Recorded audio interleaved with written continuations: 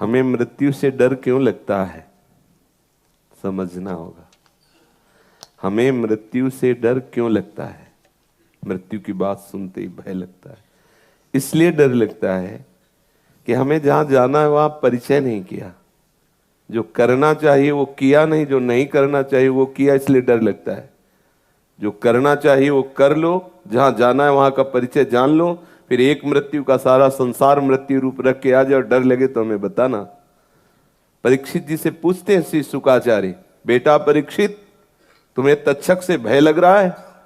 बोले गुरुदेव यदि पूरा विश्व तक्षक रूप धारण करके आ जाए और डसे तो भी आपकी कृपा से अब भय नहीं है। ये भय इसीलिए लगता है कि जहां हमें जाना है वहां परिचय नहीं, जो हमें करना था वो हमने किया नहीं, इसलिए डर लगता है।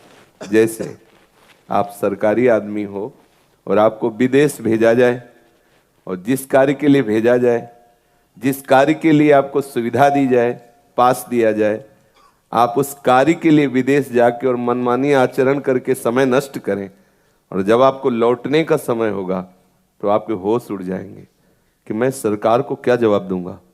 जिस कार्य के लिए आया वो तो कार्य किया नहीं, उसके विपरीत कार्य किया, तो आप डर जाएंगे और आपका डर कारण होगा आपका प्रमाद। ठीक बिल्कुल यही दशा हमारी है। हम सरकारी आदमी हैं, हमें मनुष्य शरीर और ये सुविधाएं दी गई भगवत प्राप्ति के लिए, और हम भगवत प्राप्ति ना करके विमुखता के कार्य करते, तो जब मरने की बात आती तो डर लगता है अब क्या जवाब देंगे। जिस कार्य के लिए है वो कार्य किया नहीं, और जिनका वो कार्य पूर्ण हो जाता है तो मरने से सब जग डरा, मेरो मन आनंद कब मरी हो कब भेटी हो पूरन परमानंद। वो हर समय आनंदित रहे। है थोड़ी कठिन समस्या, लेकिन आप तैयार हो जाइए। ये आप जहां आए हो, ये विदेश में आए हो, इस देश का नाम है मृत्यु लोक। आप जहां हो यहां मरने वाले लोक में हो। सबको मरना पड़ेगा, चाहे महात्मा हो चाहे दुरात्मा हो। लेकिन जो अपना कार्य पूरा कर लिया, जो करना चाहिए वो कर लिया, वो हंसते हंसते ऐसे मरेगा कि उसे पता भी नहीं चलेगा। जन्मत मरत दुसाह दुख होई, वो उसे व्यापेगा नहीं। और जिसने जो करना चाहिए वो नहीं किया, वो तड़प तड़प के मरेगा, और अंततो गत्वा फिर इसी क्रम में फंसेगा। बार बार जन्म, बार बार मृत्यु, बार बार। इसीलिए तो संत महात्मा और शास्त्र चिल्ला के कहते हैं सावधान हो जाओ, जिस ले आए वो काम कर लो। सच्ची मानो, अगर प्रभु ना संभाले तो हृदय फट जाए। तसल्ली तभी होती जब लगता है चिल्ला चिल्ला करो, हारा था हारा। तो जैसे वेग आता है ना, ऐसा लगता है तब तसल्ली मिलती। जब घंटा दो घंटा रो लो ना तो ऐसा अब तसल्ली, नहीं तो हृदय फटता है, हृदय में पीड़ा होती है। ये ऐसी सुलझन है कि जितना सुलझाओ उतने उलझती जाती है। ये ऐसी प्यास है जितना पियो उतनी बढ़ती जाती है। ये ऐसा आनंद है जितना डूबो तो और आनंद डूबने की इच्छा। और आज तक कभी पूर्णता नहीं हुई और कभी किसी की पूर्णता होगी नहीं, क्योंकि अथाह समुद्र है। अब मृत्यु की, वो मृत्यु को तो खिलौना समझता है। जो इस आनंद की तरफ जरा सा भी अनुभव होता है ना, उसे मृत्यु खिलौना समझ में आती है। इतना बड़ा महान विकार, प्रेम विकार को जो झेलता है, उसके लिए मृत्यु विकार एक भुनगा नजर आती है। उसके लिए मृत्यु कोई चीज है क्या? आप छोटे छोटे भोगों को भोग रहे हैं, प्रभु से विमुख है, मृत्यु हाय हाय मच जाता है, मरना पड़ेगा। अरे मरना क्या, सच्ची बात मानो। जैसे पुराना कपड़ा तुम्हें उतारने में कोई भय नहीं लगता, ऐसे ही भगवत प्रेमी महात्मा को शरीर त्यागने में कोई भय नहीं होता। हमारे पास अज्ञान की ऐसी जाली बिछी हुई है कि हम देख नहीं पा रहे हैं। मुझ सच्चिदानंद को कौन मार सकता है? नैनम छिन्नन्ति सहस्त्राणि नैनम दहाति पावका न चैनम क्लेदयन्त्यापो न शोष्यति मारुता। पर फंस गए, इस शरीर में राख करके फंस गए। और पता है छूटेगा, पता है सबका छूट रहा है, लेकिन कोई सावधान नहीं हो रहा। कोई बिरला सावधान। हाय हाय मच जानी चाहिए। जिस मकान में रह रहे वो तो छूटने वाला है, आगे का ठिकाना नहीं। बोलो क्या दशा है? अगर ठिकाना मिल जाए तो नाचने लगोगे। ऐसे महल में जाना है जहां अविनाशी चिदानंद, कहीं कोई भय नहीं। प्रिया प्यारी जू प्यारे जू के समीप रहना है, पर उधर परिचय नहीं। इस माया ने इतनी विस्मृति डाल दी है कि जो मेरे वास्तविक प्रभु हैं प्रिया प्रीतम, उनको भूलकर झूठे संबंधों को अपना मान रहे। झूठे संबंधी हमें त्यागना चाहते हैं, लेकिन हम ही उनको पकड़े हुए हैं, हमें कोई नहीं पकड़े हुए। ये जो कहा जाता है ना, अगर हम नहीं जाएंगे तो जी नहीं पाएंगे, अरे कैसी बात करते हो तुम। अगर मर जाओ ना, फिर तुम्हें दिखाया जाए, वो बड़े आराम से हलवा पूड़ी खाएंगे। केवल तुम्हें भ्रम है कि वो तुम्हारे लिए जीते हैं, तुम उनके प्रयोग में आते हो इसलिए ऐसा है। जिस दिन प्रयोग में नहीं आओगे तो जीते जी तुम्हें उत्तर मिल जाएगा तुम्हें कौन प्यार करता है।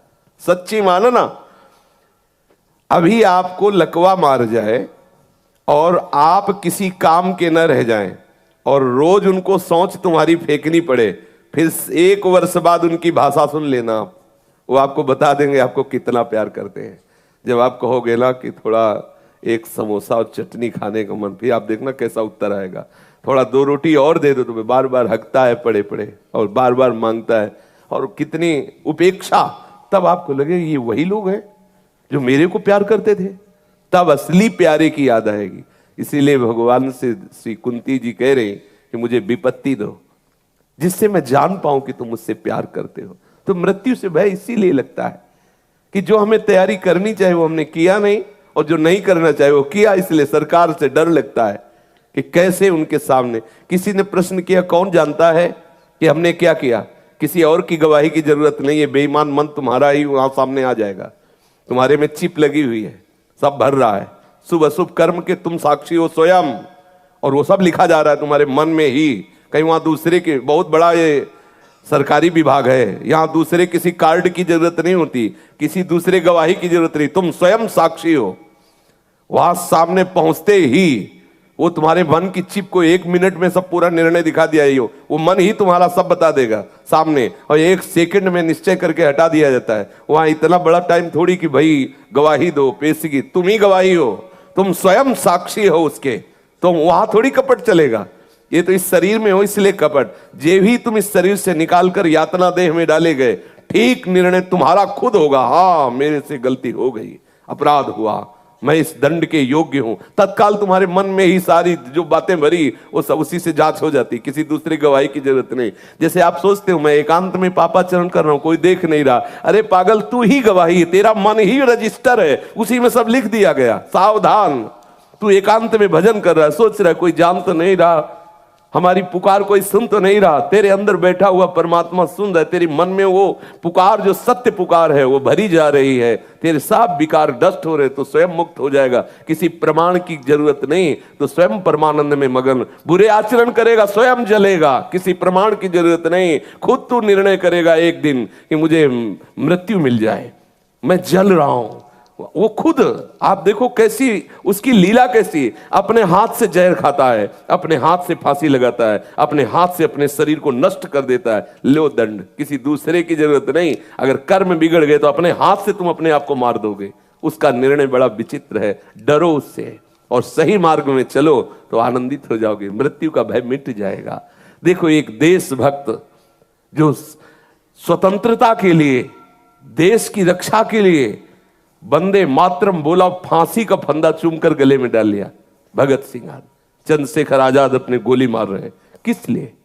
देश प्रेम जागृत हो गया तो मृत्यु उसके लिए खिलौना है। और तुम भगवत प्रेम जागृत हो जाए, फिर मृत्यु का डर कैसा भगवत प्रेम?